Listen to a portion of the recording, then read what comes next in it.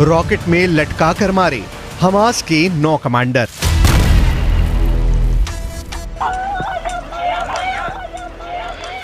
जंग जीतना है तो जंगली बन जाओ। फरिश्ते की जगह शैतान बन जाओ। युद्ध की ये कहावत गाजा पट्टी में हकीकत बन चुकी है।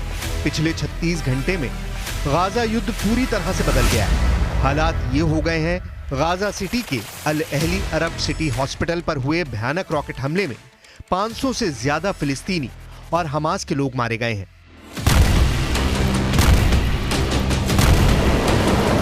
इस हमले की खौफनाक और दर्दनाक तस्वीरों ने पूरे मुस्लिम वर्ल्ड में कोहराम मचा दिया है। ईरान, लेबनान, सीरिया, मिस्र, सऊदी अरब, जॉर्डन जैसे देशों ने पूरे यूरोप और पश्चिमी देशों को चेतावनी दे दी है कि इजराइल को मुस्लिम देशों की सेनाएं मिलकर तबाह कर देंगी।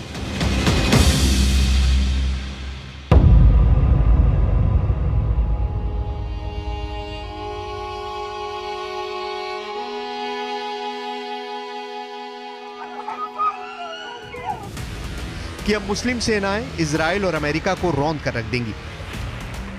हम आपको आगे बताने जा रहे हैं कि इजराइल की राजधानी तेल अवीव में अमेरिका के राष्ट्रपति बाइडेन ने इजरायली प्रधानमंत्री बेंयामिन नेतन्याहू से क्या खुफिया वादा किया है और 22 अरब देशों से जंग करने के लिए अमेरिका ने आखिरी मौके पर कौन सा ऑपरेशन शुरू कर दिया है। 500 की मौत का बदला, जंग में उतरी मुस्लिम सेना।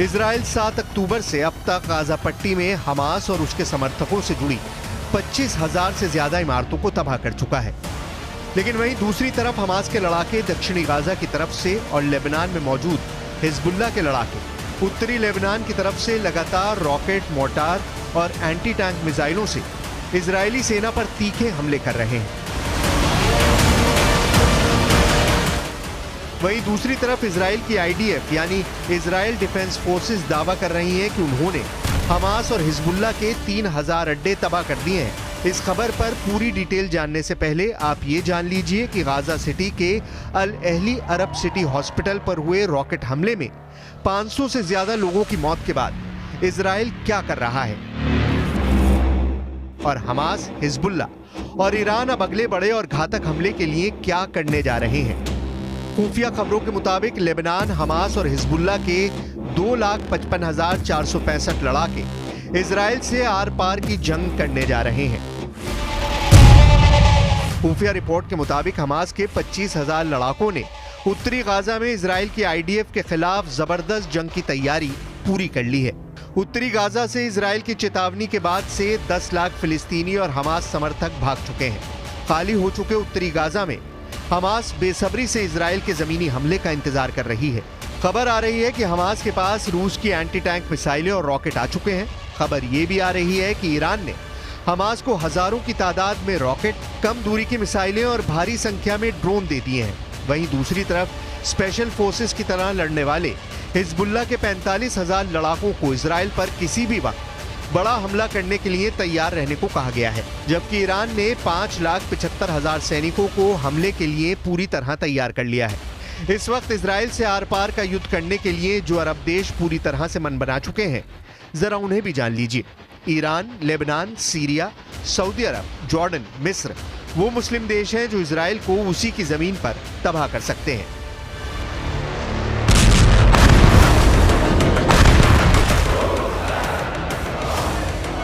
मालूमात 500 की मौत का बदला, जंग में उतरी मुस्लिम सेना।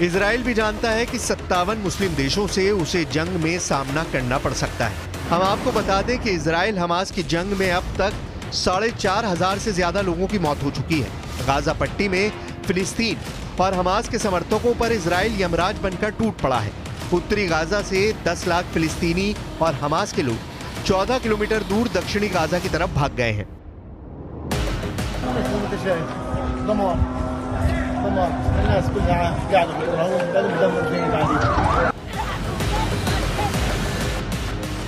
डिफेंस एक्सपर्ट्स के मुताबिक इजराइल बहुत ही चालाकी से गाजा युद्ध कर रहा है।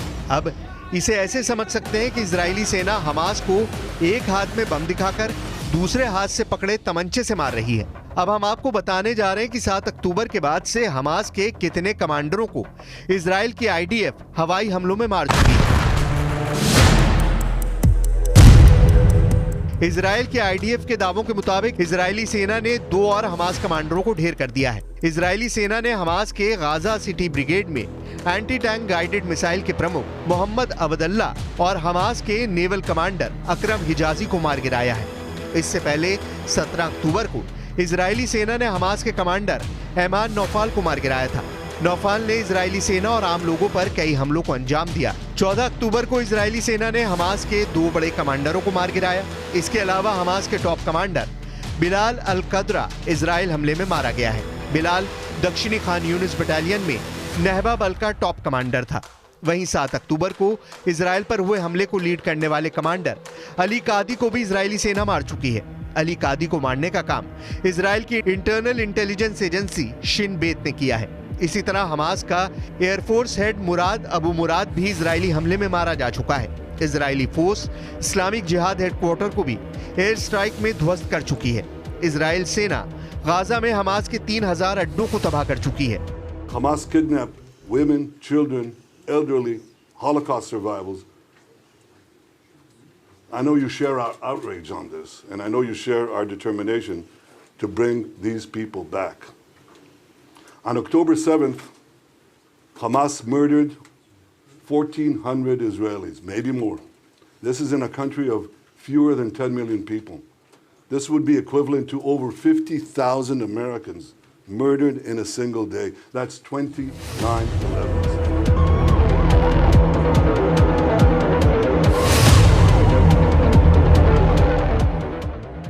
गाजा सिटी के अल अहली अरब सिटी हॉस्पिटल पर रॉकेट से हमला इजराइल ने किया या फिर फिलिस्तीन इस्लामिक जिहाद के लड़ाकों ने? लेकिन इतना तय है कि अस्पताल पर हुए हमले में 500 लोगों की मौत के बाद अब अरब युद्ध बनाम यूरोप युद्ध हो चुका है। हमास के साथ ईरान और हिजबुल्ला जबरदस्त तरीके से साथ दे रहे हैं। इजराइल भी जानता है कि ईरान के 5,75,000 सैनिकों से जंग करना जरा भी आसान नहीं है। इजराइल के पास सिर्फ 1,73,000 सैनिक हैं। इजराइल की 4,65,000 की रिजर्व फोर्स को जोड़कर भी इजराइल ईरान के आसपास नहीं टिकता है। अब देखना होगा कि गाजा सिटी के अल अहली अरब सिटी हॉस्पिटल में मारे गए 500 से ज्यादा लोगों की मौत का बदला ईरान, हिजबुल्ला और हमास कैसे लेते हैं।